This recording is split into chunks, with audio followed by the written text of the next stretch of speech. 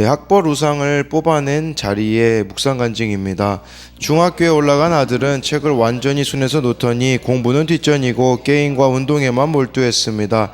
저는 스스로를 공부에 부담을 주지 않는 아빠라 여기며 아들이 성적이 떨어졌을 때도 공동체에 제 불편한 마음만 나누고 아들과 좋은 관계를 유지하려 노력했습니다. 그런데 아들의 수학 과외만큼은 도무지 내려놓을 수가 없었습니다. 아이가 정신을 차리고 다시 공부하려고 할 때 수학만 붙잡고 있으면 늦게라도 도약할 수 있으리라 생각했기 때문입니다. 작년에 고등학생이 된 아들은 어느 날 제게 할 말이 있다고 하더니 아빠 나는 수학 공부할 때 아파요 라고 말했습니다.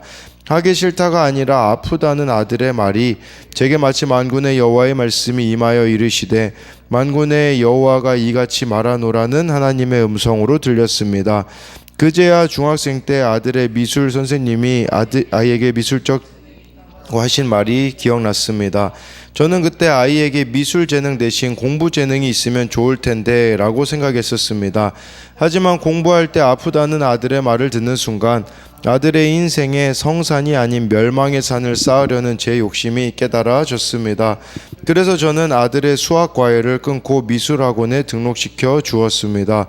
오늘 말씀을 묵상하며 시온을 위하여 크게 질투하신 하나님이 이 사건을 통해 우리 가정을 다시 예루살렘으로 돌이켜 주셨구나 하고 깨달아졌습니다. 공부를 우상으로 삼은 저 때문에 부서질 뻔한 가정이 주의 은혜로 성전으로 복원되었습니다. 현재 아들은 일주일에 3번, 4번씩 이어지는 미술학원 수업을 즐겁게 뛰놀듯 다니고 있습니다. 저의 학벌 우상을 뽑아낸 자리에 주님의 평강의 씨앗을 심어 주신 것입니다. 하나님이 주신 아들의 재능에 감사하며 이 재능이 복음의 열매를 맺는데 사용될 수 있도록 기도하겠습니다. 적용하기입니다. 아들의 요구를 내 생각대로 판단하지 않고 큐티하며 잘 듣겠습니다. 아들의 재능을 남들과 비교하지 않고 감사히 여기며 응원하겠습니다. 네, 이렇게 아들에게 정말 포기하지 못하는 학벌 우상이 있었다라고 하면서 이 아들이 그러다가 이 수학 과외만큼은 놓지 못하는 이 아버지에게 수학 공부할 때 아파요 라고 말했을 때 이것이 하나님의 음성으로 들렸다라고 하면서 이제 미술은 끝까지 시키고 싶지 않았던 마음들이 있었던 것이죠. 그러나 이렇게 돌이켰을 때 정말 이 아들이 현재는 일주일에 3번, 4시간씩 이어지는 이 미술학원 수업을 즐겁게 뛰노듯이 다니고 있다라고 이렇게 하듯이요. 우리도 여기 적용하기처럼요. 아들의 요구를 내 생각대로 판단하지 않고 말씀으로 분별하며 잘 들어야 된다라는 거, 아들의 재능을 남들과 비교하지 않고 또 감사히 여기며 응원할 수 있는 자들이 되는 비결이 어디에 있겠습니까? 그날 주시는 말씀대로 우리가 순종할 때 가능한 게 아니겠습니까? 오늘은 이 스가랴 8장 1절부터 13절까지인데요. 근데 이 스가랴 8장은 어제 말씀하고 연결되어진다라고 볼 수 있습니다. 근데요, 오늘 본문에 가장 많이 나오는 단어가 무엇일까 생각해 보니 만군의 여호와라는 단어가 엄청 많이 나옵니다. 무엇을 말하겠습니까? 만군의 여호와라는 것은 우리의 삶을 다스리기를 원하시는 하나님의 뜻이 여기에 담겨 있습니다. 그래서 정말 하나님이 우리들의 일거수일투족을 다 다스리기를 원하신다라고 할 수 있는데요. 1, 2절에요. 만군의 여호와의 말씀이 임하여 이르시되 2절에 만군의 여호와가 이같이 말하노라 내가 시온을 위하여 크게 질투하며 그를 위하여 크게 분노함으로 질투하노라 라고 해서요.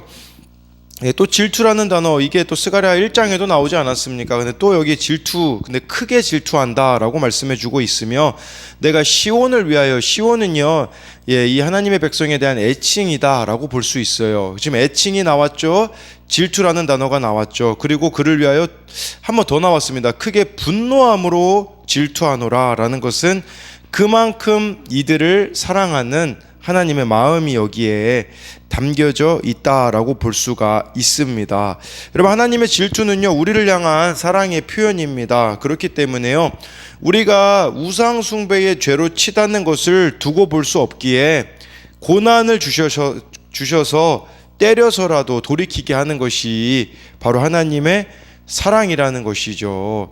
그러니 우리 인생에 사건을 주시는 것은 하나님의 사랑인 것입니다. 그 사건을 통하여서 하나님께 돌아오라라고 이렇게 말씀해 주시는 것이 아니겠습니까? 그렇기에 고난 가운데 사건 가운데 내 죄를 깨닫고 하나님을 바라보는 사람은요, 질투하시는 주님을 통해 사랑의 주님을 만나게 되는 거예요. 그럼 이런 관점으로 볼 수 있어요. 여러분들에게 있어서 정말 하나님이 떠나신 것 같은 사건, 고난이 있지 않습니까? 그게 바로 하나님이 가장 크게 질투하여 사랑하고 계시다라는 것을 기억해야 합니다. 그래서 1, 2절에 대한 적용 질문은 하나님의 질투가 사랑이라는 것이 믿어집니까? 고난을 통과하며 내가 깨닫는 것은 무엇입니까? 주님이 나를 떠나신 것 같았던 때가 주님이 나를 열렬히 사랑하시는 때라는 것이 인정이 됩니까? 네, 그래서요 3절에 여호와가 이같이 말하노라 내가 시온에 돌아와 예루살렘 가운데에 거하리니 예루살렘은 진리의 성읍이라 일컫겠고 만군의 여호와의 산은 성산이라 일컫게 되리라 라고 말씀해 주고 있습니다. 그래서요 지금 하나님은 이들에게 다시 돌아오셨다라고 말씀해 주고 있는 것입니다. 이들이 성전 건축을 시작하지 않았습니까? 그러니까 성전 건축이 지금 시작이 되었는데 이것은 우리들에게 무엇을 말하는 거겠습니까? 여러분들이요 힘들더라도 말씀대로 살아가려고 할 때에 하나님은 여러분들과 함께 해 주시겠다라고 말씀해 주고 있는 거예요. 그렇기 때문에 우리가 말씀을 깨달았을 때 내가 이렇게까지 해야 돼? 라는 생각이 들 수 있지만 이렇게까지 해야 합니다. 왜냐하면 그래야 하나님의 임재하심, 함께 하심을 크게 경험할 수 있기 때문이라는 거예요. 근데 3절에 예루살렘은 진리의 성읍이라 일컫겠다라고 하고 있지 않습니까? 이 진리라는 단어가 신실함이라는 의미도 있습니다. 그렇기 때문에 하나님께서 신실하게 함께해 주시겠다라고 말씀해 주고 있는 것이죠. 4절 5절 말씀을 보면요 만군의 여호와가 이같이 말하노라 예루살렘 길거리에 늙은 남자들과 늙은 여자들이 다시 앉을 것이라 다 나이가 많음으로 저마다 손에 지팡이를 잡을 것이요 5절에 그 성읍거리에 소년과 소녀들이 가득하여 거기에서 뛰놀리라. 네, 그런데 여기 4절에 늙은 남자 늙은 여자 5절에 소녀 이 소녀는요 어린 남녀들을 뜻하거든요. 그러니까 이것은 무엇을 말하는 거냐, 하나님이 다스리시기 시작하니 이렇게 연약한 자들이 다니기에도 충분할 만큼 안전하고 편안한 곳이 되었다라는 것을 의미해 주고 있는 것이에요. 세상적으로 말하자면 여기에 나와 있는 이 대상들은요 쓸모없게 여겨지는 대상들이다 라고 말하지만 하나님 안에 있으면 이 쓸모없게 여겨지는 대상들조차 쓸모있는 대상들로 보여지는 은혜가 우리들에게 주어진다라는 거죠.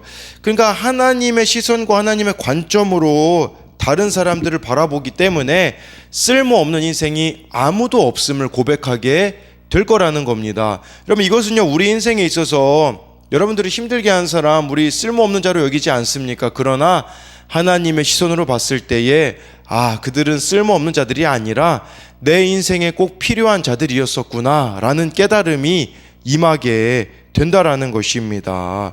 그래서요 이 4절 5절에 대한 적용 질문으로는 나의 손과 발은 십자가 지는 적용으로 연약한 자들을 향하고 있습니까? 정말 우리들의 삶 가운데 필요 없다라고 여겨지는 자들을 찾아가는 그런 발걸음, 구원의 관점으로 그들을 바라보는 시선이 저와 여러분들에게 있는지 묻는 질문이라고 할 수가 있습니다. 근데 하나님의 다스림을 받아야지만 그것이 가능함을, 세상적인 관점으로는요 이거 불가능합니다. 저를 양육해 주셨던 장로님이요 그런 이야기를 하셨어요. 전 세계 인구만큼 그 숫자만큼 옳고 그름이 있다고 합니다. 예를 들어 전 세계 인구가 이렇게 그 숫자만큼이라는 것은 각자가 갖고 있는 기준과 옳고 그름이 있는 거죠. 그런데요 하나님의 말씀으로 나오지 않으면 그 옳고 그름이 이게 세상적인 관점으로 바라보는 것이 깨어지지 않는다라는 것을 기억해야 합니다. 6절에요 만군의 여호와가 이같이 말하노라 이 일이 그날의 남은 백성의 눈에는 기이하려니와 내 눈에야 어찌 기이하겠느냐 만군의 여호와의 말이니라 라고 말씀해 주고 있습니다. 사람들 생각에는요 불가능해 보여요. 그 시선과 관점이. 이것은 위에 있는 4절과 5절에 다른 사람을 바라보는 그 시선도 포함되어 있을 뿐만 아니라 이것은요 하나님 말씀대로 이렇게 살아가는 것이 사람들 눈에는 기이해 보이는 거예요. 아니 어떻게 저렇게 살지? 저렇게까지 해야 돼? 근데 하나님이 말씀하시잖아요. 근데 이것은 기이한 것이 아니라는 거예요. 사람들의 눈에는 이 회복의 말씀이 불가능해 보였을지 모르죠. 그러나 하나님의 눈에는 결코 기이하거나 불가능한 것이 아니라는 겁니다. 여러분 하나님께는요 불가능한 것이 없습니다. 그런 생각해 볼 수 있죠. 우리 가정이 진짜 회복될 수 있을까? 나의 자녀와 나의 배우자가 진짜 구원으로 인도함 받을 수 있을까? 백성의 눈에는 안 돼 보일 수 있겠죠. 사람의 눈으로는요. 근데 하나님의 눈은요 불가능한 것이 아니라고 말씀해 주고 있는 것입니다. 그래서 6절에 대한 적용은요 말씀을 통해 내게 주시는 하나님의 약속이 멀게만 느껴집니까? 주님의 약속의 말씀이 내게도 임하는 것을 믿습니까? 7절에요 만군의 여호와가 이같이 말하노라 보라 내가 내 백성을 해가 뜨는 땅과 해가 지는 땅에서부터 구원하여 내고 라고 하는데요. 해가 뜨는 땅은 동편 땅이겠죠. 해가 지는 쪽은 서편이라고 하는데 이것은 무엇을 가리키냐면요 지금 곳곳에 흩어져 있는 그 디아스포라들을 가리키는 것이라고 볼 수 있어요. 하나님의 백성들이 곳곳에 이렇게 흩어져서 살아가고 있는데 그런데 하나님께서는 그곳 가운데 이들을 구원하여 내겠다라고 이렇게 말씀해 주고 있습니다.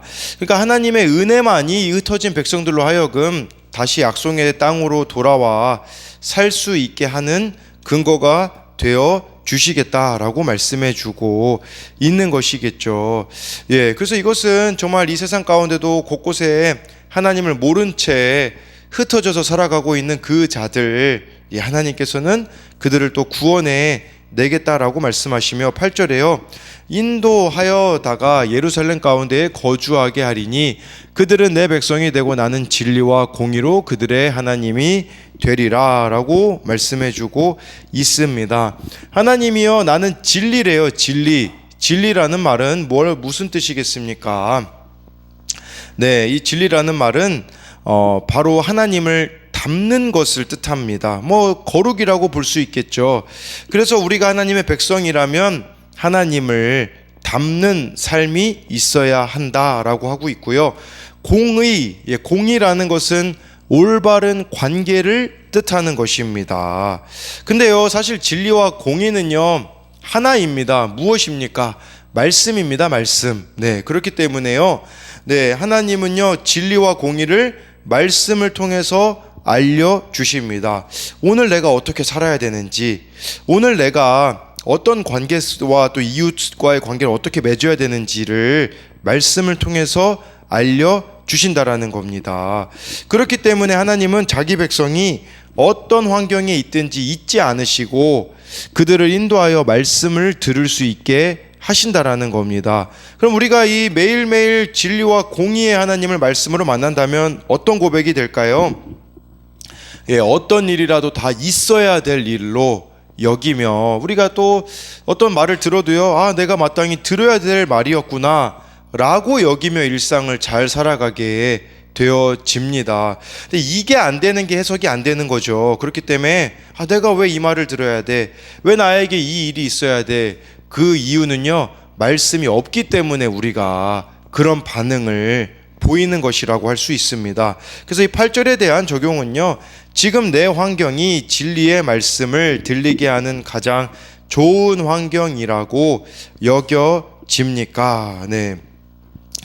제가 또 오늘 아침에 일어나 보니까 어느 청년이 저에게 이제 카톡을 했더라고요. 그냥 이렇게 목사님이라고 부르기만 한 걸 보니 아마 힘든 모양입니다. 왜 그 청년이 힘들까 생각해 보면요, 답은 간단합니다. 큐티 안 했기 때문이다 라고 할 수 있어요. 우리 마찬가지예요. 저도 그래요, 여러분.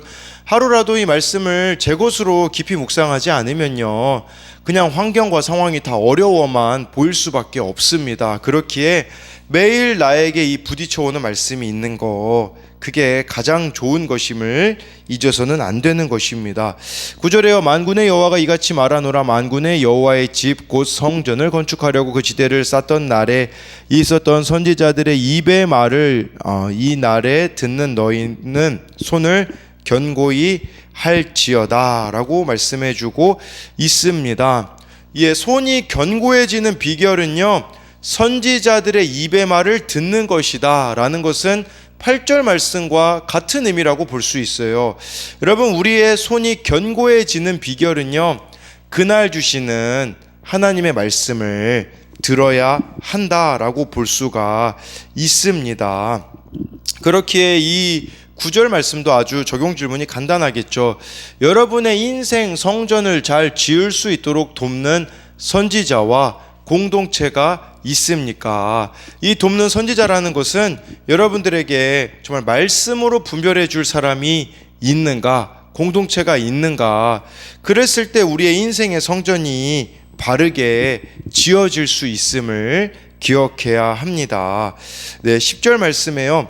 이날 전에는 사람도 삭슬 얻지 못하였고 짐승도 삭슬 받지 못하였으며 사람이 원수로 말미암아 평안히 출입하지 못하였으니 내가 모든 사람을 풀어 서로 치게 하였느니라 라고 말씀해 주고 있습니다. 이건 뭘 말하는 것이냐면, 이들이요, 학개서에 보잖아요. 그러면 성전 짓기 전에 이 귀환한 사람들이 어떻게 했냐면요, 자신의 집에 빠르고 분주했고 많이 수고하며 많은 것을 바랬지만 그들의 수고는 결실로 맺혀지지 않았다라는 거예요.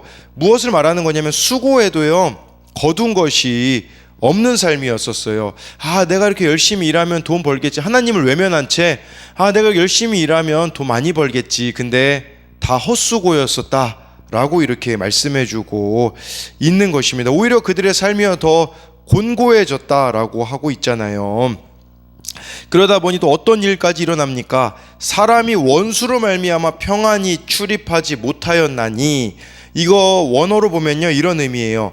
나오는 사람에게나 들어가는 사람에게나 원수로부터 평화가 없었다라는 그런 의미가 되는 거죠. 이게 뭘 말하겠습니까? 결국은요, 사람과의 관계도요 다 깨어질 수밖에 없었음을 말하는 것입니다. 하나님 없으면요, 이처럼요 열심히 일해도 헛수고고요, 사람과의 관계도요 다 모든 사람들이 불편하게 여겨질 수밖에 없다라고 말씀해 주시는 것이죠. 네, 그러면서 하나님께서는 내가 모든 사람을 풀어 서로 치게 하였느니라 라고 말씀해 주고 있는 것은, 결국 이 10절 말씀은 어떤 것을 뜻하는 것이겠습니까? 하나님 없는 인생의 헛수고를 뜻하는 것이라고 볼 수가 있습니다. 우리로 말하자면요, 질서에 순종하지 않으면요, 하나님이 정해놓으신 질서에 순종하지 않으면 다 헛수고라고 볼 수가 있는 것을 뜻한다고 이렇게 말씀해주고 있는 것이에요. 그렇기 때문에 가정에서요, 주어진 부모의 질서에 잘 순종하는 거, 또 각자가 또 직장에서와 또 그곳 가운데서도 하나님의 질서에 잘 순종하는 것만이 우리에게 참된 평화를 가져다 준다라고 말씀하고 있습니다. 11절에요. 만군의 여호와의 말씀이니라. 이제는 내가 이 남은 백성을 대하기를 옛날과 같이 아니할 것인즉이라고 해서요.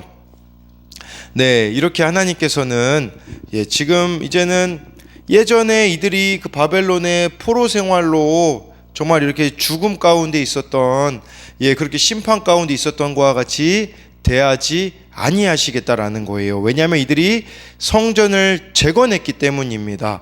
성전을 재건했다라는 것은요, 성전 건물 짓는 게 특별해서가 아니라 이들이 하나님께 돌아왔기에 옛날과 같이 대하지 않으시겠다라는 거예요. 여러분, 우리도 하나님께 돌아와야 합니다. 그러면 하나님께서는 우리를 옛날과 같은 그 비참한 채로 내버려 두지 않으시겠다라는 것입니다.